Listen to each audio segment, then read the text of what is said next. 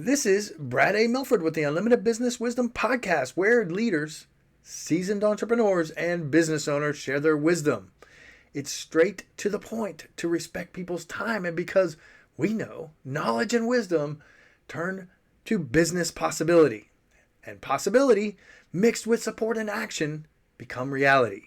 In this podcast, we discuss leadership, sales, marketing, operations, team development, quality, and finance to drive sustainable results and everlasting impact to make the world a better place. Thanks for joining us. Hey, Brent, welcome to the show. Great to have you. Hey, Brad, thrilled to be here. Looking forward to the conversation. Excellent. Would you be willing to, I suspect you will, share with the audience in a few sentences who you are and what you do? Yeah, so I lead a boutique consulting firm called Winalytics, and we call it revenue acceleration and go-to-market consulting.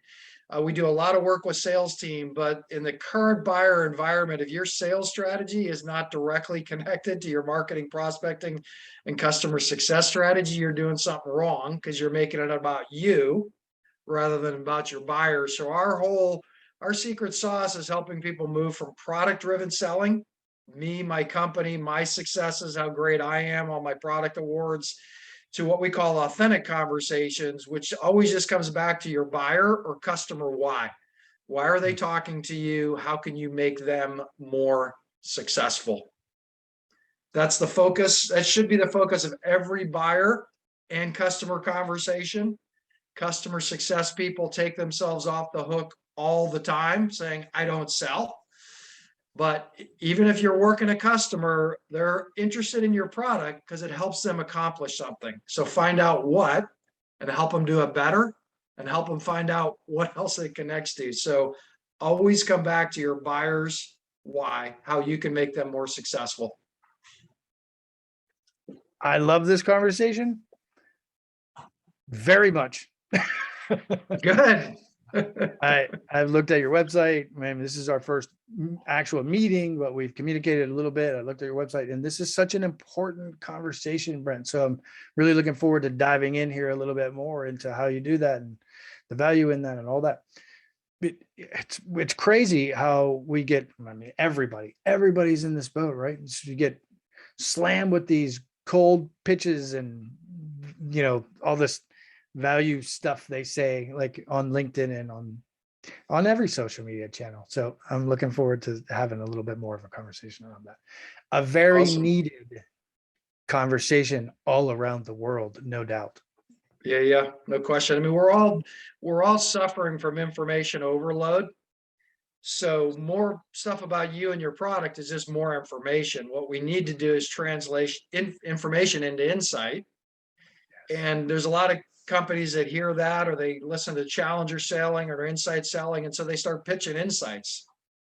If you really want to engage with people, ask them questions. And look, you can ask questions in email, right? Are you working on, have you found a pain around, if you're from Torchlight, a company we worked with, or a lot of your employees having caregiver responsibilities. A lot of your women leaders, are they opting out of management roles because they're managing both aging parents and, struggling children, right? Ask questions. Are you working on, or the other thing we say is share peer stories. When we worked with corporate L&D space, hey, when, NovoEdge started to think differently about how they message to the chief revenue officer or the chief human resource officer versus the business unit owners versus the L&D learning and development staff, they found a lot more engagement. How are you personalizing to each person's reason for training investments? I love it. And I mean that sincerely. I love this. Is so needed on so many levels in so many industry and so many markets. So this is great. We're going to shift gears for a minute and we'll come back to that if that's okay with you, Brent. Please. What's the best thing that you find about being in business? Freedom. Freedom, right? I mean, I'm my own boss. My clients are my boss and I'm a hyper responsive guy, but at the end of the day, I can work from anywhere and do. I mean, my poor kids, it's like, I was coming home from my son's gig. He's an awesome musician. He's a drummer and a guitarist, and he was singing his first, he's in a Led Zeppelin cover band. That was this season. And so I'm coming home, sitting on the T on Sunday, had a 45-minute T ride because we didn't want to Uber it from out there. I'm working because I got a mobile hotspot on my phone. So I can work from anywhere. I can work from vacation if I want to. So it's the freedom. And also for me, I love what I do and I can pick what I do. Right. So the ability to pick where I focus my time, how I evolve my business to play to the areas that I have passion and strengths. I mean, those are the things that I love about being a business for myself. Love it. The financial stress is the harder part, right? Because at the end of the day, you're the tip of the spear for bringing in new deals, right? I mean, we work with early growth companies, and when I see the CEOs starting to kind of hand off, I mean, until you get to 5 or 10 million, starting to hand off, like, oh, I'm going to give somebody else revenue or sales responsibility, big red flag. And I tell them, look, you got to own that for a long, long time. You got to own those dollars because nobody cares as much as you do. Nobody is as invested in you do. So freedom and pressure, it's a balance, Wow. So that's a really interesting aspect that you put on the tail there. So freedom, of course, we hear that commonly. And I love how you shared what that means to you. And because freedom's a little bit different to everybody. So I love the story about family and how that ties in, and being able to do what you want, kind of when you want, but we know the clients are the boss, right? We get to shift and move within our strengths and passions. Well said, well stated, really appreciate it. The interesting thing in addition to that, though, is what you added there toward the end. Would you be willing to just speak into that a little bit more? Yeah. It's just, I have been doing this and I was a revenue leader for years. So I know what it means to own the number. Here, I've worked with different senior people and have senior people on the team. And I guess it's even as we think about building inbound or outbound, I'm always hoping there's a gimme. I'm always hoping something will just start doing it and boom, the leads will just start coming in the door and they're qualified deals, and it just never worked that way. Right. Year after year after year, we get better at all this stuff. It's easier to get conversations. Those conversations are more with ideal buyers, but I still find that I need to be climbing the hill and having the energy to climb the hill every week of just pushing your pipeline forward. I love it. I'm so glad to hear you say that. In as many podcasts as I've done, not too many people have spoke directly into that, but yet you work with clients, I work with clients, and I see that all the time. They want to pass the sales off to someone else. And I'm like, wait a minute, until you hit, and so you said 4 or 5 million, which I appreciate. I usually say, like, until you hit 1 million, you don't even basically know what you're doing. There's a whole lot to learn, right? In business. And if you haven't run multiple businesses before, if you haven't hit the 1 million mark before, then, and sales is the lifeblood. So you definitely don't want to pass that off because of the reason that you said. I mean, you illustrated great. Nobody's going to care about that as much as you. And so that's a really important topic. So I just appreciate that you just openly shared that and just were frank about it. So thank you. Thank you, Brent. Well, one other thing to add is you probably know this, that only 5% of businesses get to 1 million. That's right. It's a really hard thing to do. So now if you actually get to 1 million and you scrape and, claw and, now what you got to do is figure out how to double down on getting smarter about what it is that, what is it?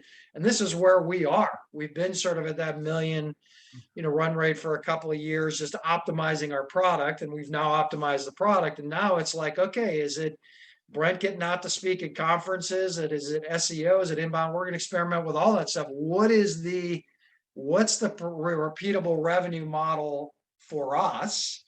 Right. And most people don't, if they get to that point, they don't push to the next point because 95% of businesses stop at $1 million. Right on. Right on. So A fascinating conversation. We're going to shift to question number 3, and then we're going to dive in here a little deeper. So stick with us if you're watching and listening. Not if, when, who. We know you're here. So thank you for listening and watching. Question number 3, Brent. We hear from other businesses they're getting so much business that sometimes the chaos causes some overwhelm. Would you be willing to share your thoughts on that topic? yeah, I mean, my initial instinct then is if you're getting a lot of leads in business, you got a great opportunity to focus on your ideal buyer. And your ideal buyer is not who will get on the phone with you. It's not who closes. It's who's worth the most money to you. Nice. Your lifetime value of those relationships. And so if you're fortunate for that, actually, if you own a business, how long have people been with you? How much have they paid? Figure out your top 10 or 20% of customers. What's different about them? And now start organizing your prospecting and selling around those customers. And boom, you're going to get a lot more profitable with less effort. So powerful. So powerful. So what I hear in what you're saying is it's not just anybody and everybody that will get on the phone with you. You actually want to focus on the most profitable potential client, most profitable prospect, which there's no way I could agree with you more. That is what you share, correct? 100%. And so people often hear ideal buyer, and that sounds really kind of complicated in your buyer persona and yada, yada, yada. But most of your business owners who know their business, they have the data, right? I mean, they can go reconstruct in some way, like they've been with me 3 years, they paid this much. So just look at those, you think of your ideal buyers, the people that have given you the most money for the longest period of time, and find more of those. Love it. With billions of people in the world, you're able to find some more, right? Yes. I love it. This is great. It's simple, but it's so powerful, and yet so few people do it. So glad you're highlighting that. We'll switch to question number 4. What other successful business owners like yourself, of course, Brent, should be on the Unlimited Wisdom podcast? Yeah, I think of Mark Miller. He's a colleague here in Boston who I've collaborated with a number of times, and he does kind of small market M&A work, largely in the learning markets. But he is, I do strategy and execution. He's just pure insight. Like he does transactions based on not the financial value, but the strategic value. And so gets owners multiples on the financial value because he's figuring out how to sell a unique asset and then find a market. If 6 people are bidding on that unique asset and there's only one, right? So I've always just enjoyed working with him. He just did it again. I mean, he got a young entrepreneur, a couple of young entrepreneurs who had no business getting a massive payoff from a strategic investor and a massive payoff. They got to take some money out of the company. So he's just a brilliant guy who has been a friend to entrepreneurs and thinks not about the financial numbers, but the strategic opportunity of your business. How have you created a unique asset and to position a unique asset that you might have bigger companies that would get into a bidding war about? Love it. Love it. That's so powerful. And that can be big business in and of itself. So that's a fascinating topic. Thank you for sharing, Brent. Yeah, I got to tell just a quick story on that. A buddy of mine started Vault.com. I don't know if you know that. It's a career website. And he was in front of the president of Houghton, I think it was Houghton Mifflin Harcourt, a guy named Hans Ghezkes. And Hans offered them some crazy amount of money, 20x multiple in the .com period. I want to say he offered him $40 million on 3 million in revenue or something, or 2 million. And they walked away saying it wasn't rich enough. And then the .com bubble burst, right? And they came back 3 years later after blood, sweat, and toil. And Hans like, yeah, I'll give you 10 million for that business. And they were like ballistic. And Hans was just like, hey, Timing's everything. You should have taken the deal. Right on. Right on. I love those kinds of stories. I mean, there's so many stories. People almost bought this with Google and that with this. I mean, those stories are just always fascinating. So you got to keep your eye on the market, and it's a beautiful story. Timing really is everything. matters. Timing matters. Indeed. Positioning, you've talked about already. Timing, you've talked about already. Finances and sales. So we're going to dive in here. Let's get to the crux of this. What piece of wisdom, Brent, would you share with your vast experience of what you see? What piece of wisdom would you share with other business owners? Yeah, I mean, where we started, if you want to get really good at what you're doing, figure out how to listen for and do discovery on your buyer success statement, your customer success statement. We coach with teams like at the end of the call, could you say in 1 or 2 sentences how you can make them more successful? In their words. Did you actually ask them enough questions? Did you understand? Could you put it in a follow-up email? Because look, we're all wired to product pitch. We're wired to start with a conclusion that somebody's interested in our product and then look for evidence. And unfortunately, sales training over the last 10 years has all been about sellers being in charge, right? Controlling the sale, being in charge. And that's exactly the wrong energy in an information saturated environment. Forrester did a study probably in 2014 saying most executives, 75% will only talk to businesses that understand their business and their business issues. So if you want to build engagement and you want to sell more and you want to expand accounts quicker, just focus on your buyer and customer why. Recap it to them, reconfirm it with them, ask if it's still valid, ask what else that could lead to. Well, I'll just finish and then we go to question 6. There's a team member at a company in industrial automation that worked with us, and he would always just pitch his product list, right? Pumps, valves, filters, etc. And we just said to him, hey, after that first product, just ask a simple question. What else are you working on? What else does that pump connect to? And so he started asking that question in one conversation. I remember 20K pump conversation. Hey, what else are you working on? What does that connect to? Oh, well, it's about reliability, line up times, maintenance, predictive, being able to predict our maintenance. Suddenly a 20K conversation turned into a 200K conversation. What else are you working on? What's working and not working for you around that initiative? What would success look like? No technical questions there. Just, hey, how can I make you more successful? The more you do that, the more successful you will be. I love it. This topic is a topic that I talk about a lot. And I imagine you do too, all the time. So, I mean, this is your area, this is the area of your focus. It's so simple. Figure out the situation, meet them where they are, serve them, ask lots of questions. But rephrasing what you said at the beginning of the call, questions are the answer. Yet so many people are driving from the product. It's crazy how many times I get pitched on, I won't even mention the social channel names, but just on a social channel, and they're like, you need this or you need that. I'm like, you don't even know me. You don't know what stage of business I'm in. You don't know how much business I'm doing. You didn't even look at my profile to find out exactly what I specialize in. Now, I know sometimes that can be challenging when you do your research like that. Maybe the person's profile doesn't reflect all that clearly.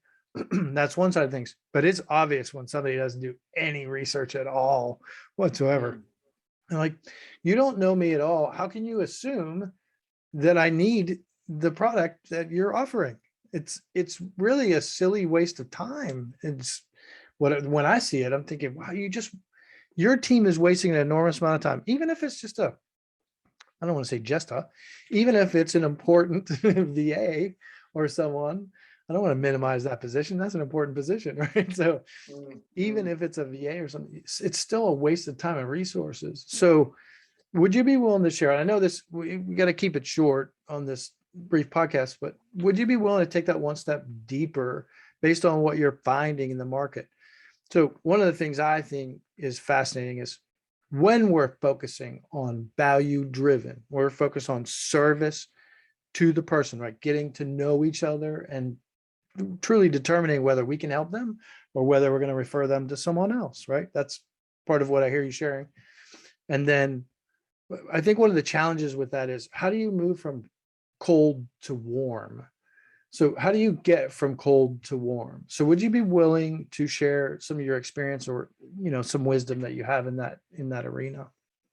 Yeah, I mean, two things. One is, we mentioned it earlier, peer stories, Mm.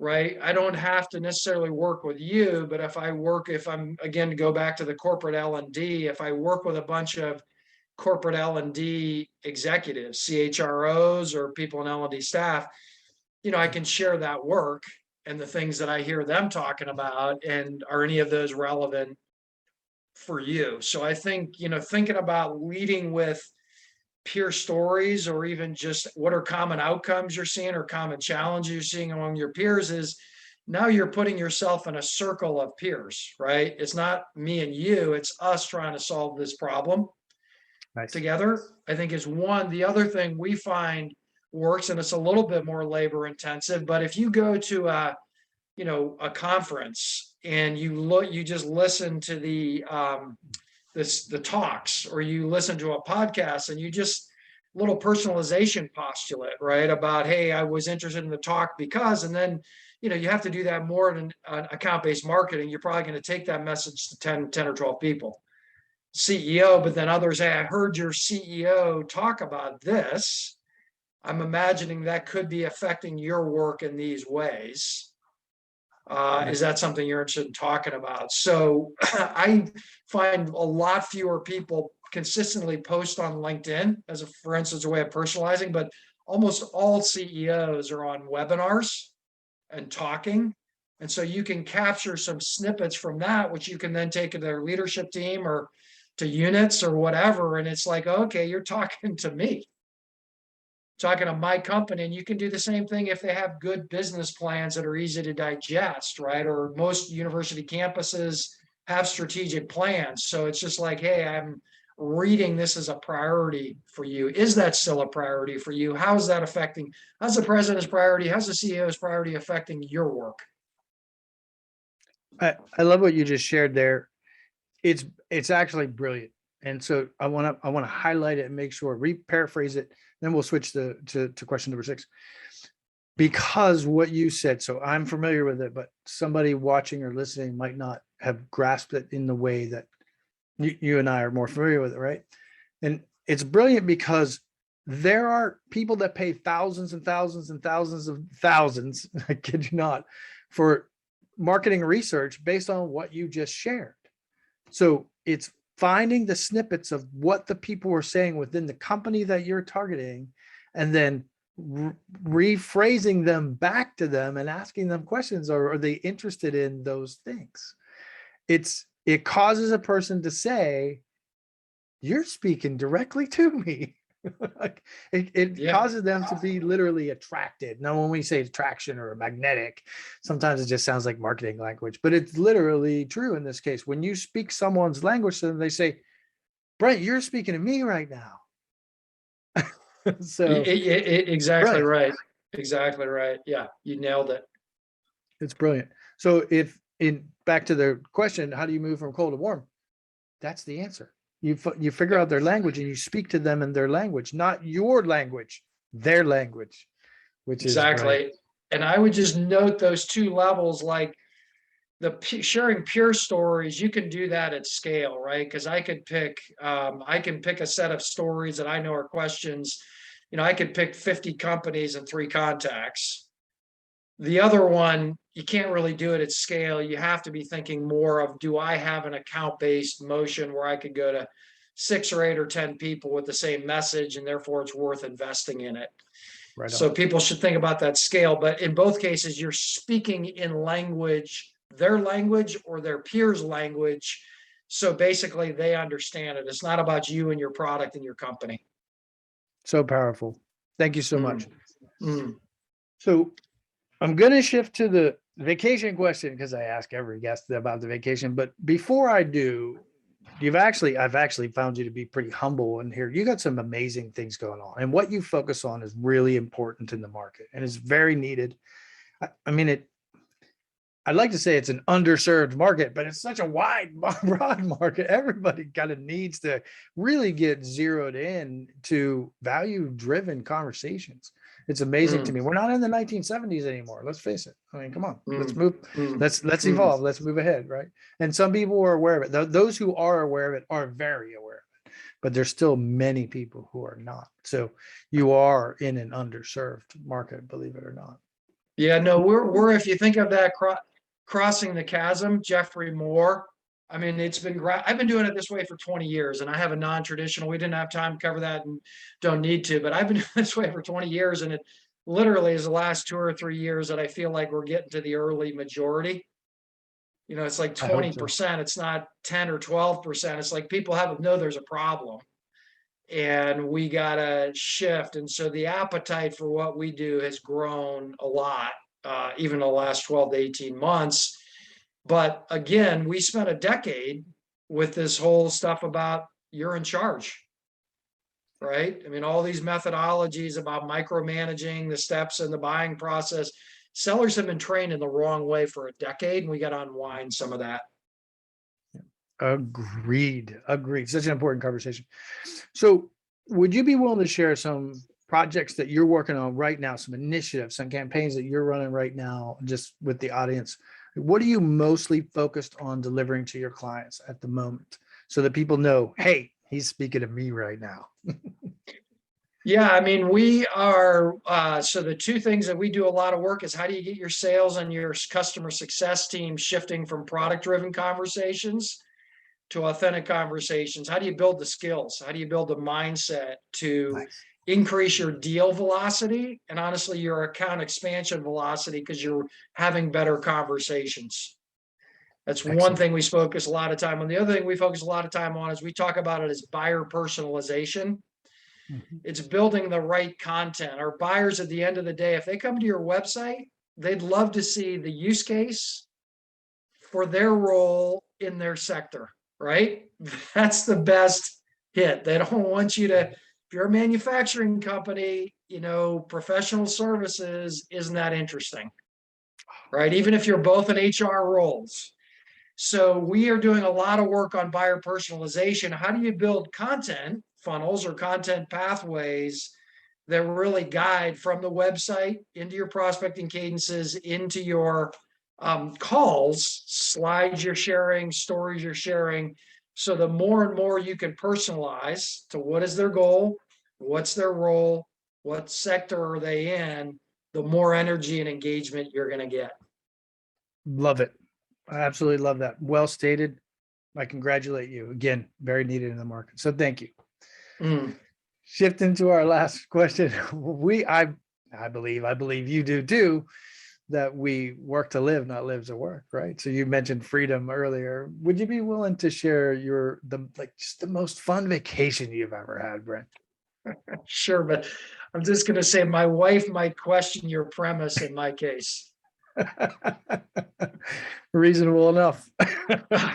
Some say because fair I work enough. on vacation, although I work a lot less on vacation than when I started this business and was just trying to make sure I was successful. We had an awesome, we try and get my kids abroad every year. It was hard in the pandemic, but just to expose them.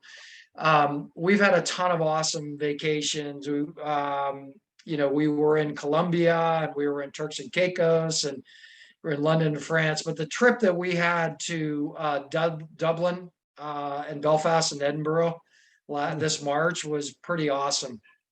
Nice. Because we had Dublin. I don't know if you've been there recently, but it's like I hadn't been there for decades, but it's like it is the most modern city I've been to. They're so wealthy from the financial sector and foreign direct investment. Like literally there wasn't a road with any potholes in it. Nice. But the people were so incredibly nice and gracious, but it was like, wow, to see that level of just suburban affluence. I didn't know there was a country that was kind of like that. And then we went up to Edinburgh where it felt like a blast back to the 12th century.